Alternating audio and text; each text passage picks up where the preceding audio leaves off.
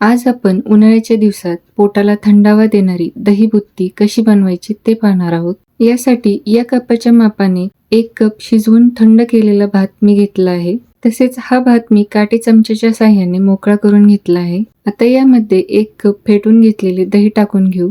त्यानंतर यामध्ये चवीनुसार मीठ टाकून चमच्याच्या साहाय्याने मिक्स करून घेऊ। आता एका तडका पॅन मध्ये 2 टेबलस्पून तेल टाकून त्यामध्ये पाव टीस्पून मोहरी तडतडली की 1 टीस्पून हरभरा डाळ व अर्धा टीस्पून उडीद डाळ, चिमूटभर हिंग, 1 बारीक चिरलेली हिरवी मिरची, 1 लाल सुकी मिरची, अर्धा टीस्पून किसलेले आले टाकून 1-2 मिनिटे परतून घेतले।